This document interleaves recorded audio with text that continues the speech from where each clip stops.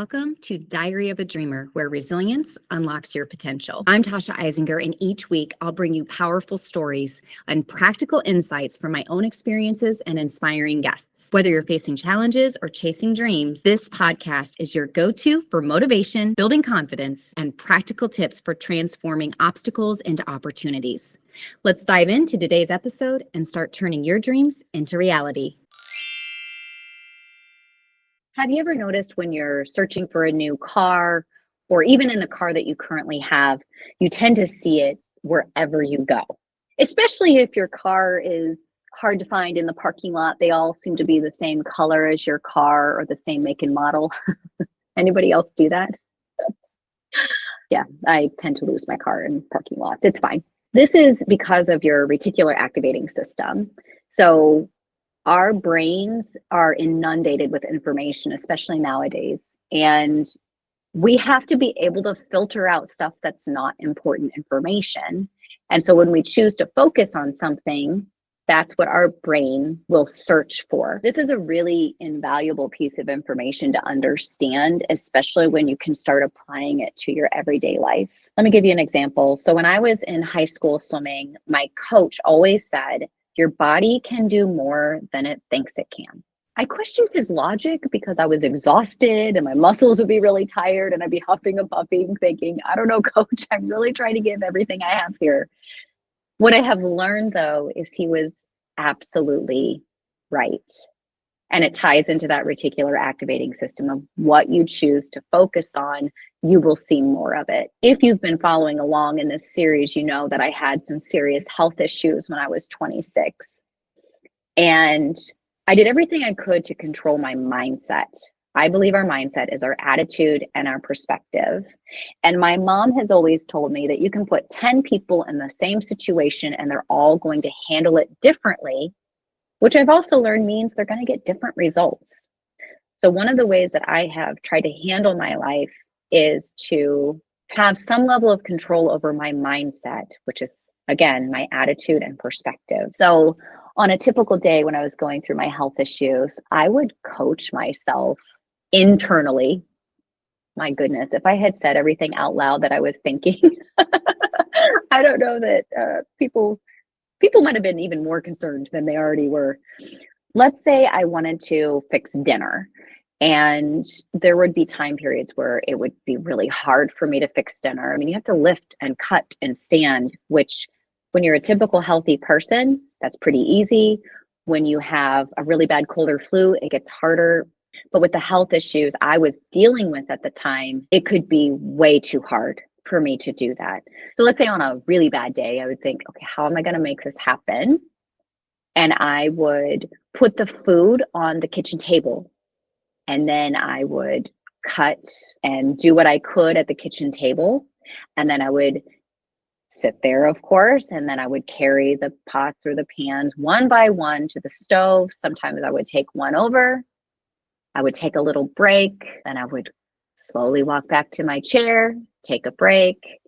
And all the while, instead of saying things like, you're so weak, I can't believe that this is what my life looks like, I just did a half marathon a year ago or less than a year ago, I am embarrassed, this is scary, forget it, I'm just going to lay down and throw in the towel. Instead of thinking those things, which if you're that type of person, that's understandable. If you think those types of things when you're going through a hard time, what I'm challenging you to do is shift your mindset a bit, because it's already a hard situation. So there's no point in making it harder by looking at it that way. So I'd always think, how can I do this? How can I make it work? And I would set those goals, and I would then encourage myself internally and tell myself, okay, you can do this. Your body can do more than it thinks it can. I've said that so many times every day. And when I would, finish taking a pot to the stove inside, I would think, okay, you did it. Great job. Next step. And I would take a big task and I would break it down, and I would encourage myself every step of the way. That, I believe, really helped me get through those health issues. The other thing to consider is what we put into our brain is the way that we will start seeing the world. Have you ever noticed somebody who says maybe they've been watching or that they've been listening to podcasts that are true crime, and then they start getting more anxiety? Well, that's the reticular activating system. You're activating that part of your brain. You're going to start thinking that there's crime around you everywhere, which some places there probably is crime everywhere. But if you weren't feeling that way before, it's because of the information you're inputting into your brain. So I actually read a book called Anatomy of an Illness by Norman Cousins. And in that book, it talked about the power of laughter and the importance of laughter when you're going through health issues. So I started watching Friends and got them on DVDs. I'd go to Half Price Books and get the next season. And I would, even on my days where I really couldn't open my eyes or do much, I would push play and I would lay there and I would hear the laughter and the humor. And even if I wasn't necessarily laughing out loud, it was a positive source of energy and it was good input, if you will. And I also try to find ways to laugh at the situation. Sometimes people that go through tough things like that, they start getting kind of a dark sense of humor because you have to find ways to laugh. And it doesn't mean that you don't realize how hard it is. The old saying, laughter is the best medicine, is pretty true. Over time, I was able to figure out what was going on with my health and find ways to get healthy and well, thankfully. And I went from being on my worst days in a wheelchair, wasn't every day, but there were days that I had to sit in one, to competing in a half Ironman a little over a year later. I do not recommend that. That was probably not a good idea for my health to do that. It ended up sparking up some new things with my health, which ultimately led to me getting better. So it was a good thing I did it, but I don't recommend it because that's a lot of wear and tear in your body, and you should really do it with a trainer and nutritionist and everything. But I'll tell you what, crossing that finish line during that half Ironman will always be one of the greatest moments of my life because it was a symbol of everything I had worked through, overcome. So I hope you have that proverbial finish line that you have crossed where it's that moment, which means more to you than maybe anybody else could ever realize. So I want you to consider your own life and some of the experiences that you have had and write them down. I've definitely done this where I've written down, going through my whole life, different experiences, whether they're really challenging or special, happy, whatever it is, but key moments in your life. And you can write down what made it hard or what made it extra special, what you learned, and how you became stronger because of it.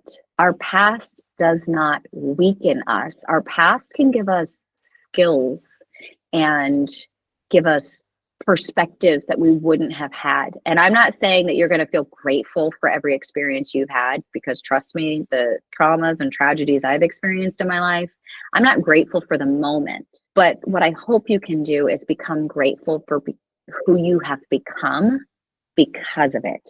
So don't get stuck where it's hard. Move forward by learning the lessons and becoming stronger. And sometimes it simply means becoming more empathetic. It gives you the ability to connect with more people or to help more people through that situation, because community is really what can help us get through experiences in our life. So I hope you take a moment today to write down your experiences. I know that activity has really helped me as I've processed some things in my life to have a new perspective, because what you choose to see, you will see more of it. So if you're not liking what you're seeing in your life right now, maybe it's shifting your perspective, which should lead to different choices and actions. As always, I totally believe in you. Even if I don't know you, I know you've overcome really hard things. I know that you have gifts and talents inside of you, and I know that your future is bright. Thank you for tuning into this episode of Diary of a Dreamer. I hope you found the stories and tips shared today to be a source of motivation and strength. Remember, every challenge you face is a chance to grow and move closer to your dreams. Don't forget to subscribe, leave a review, and share this podcast with anyone who could use a boost of encouragement.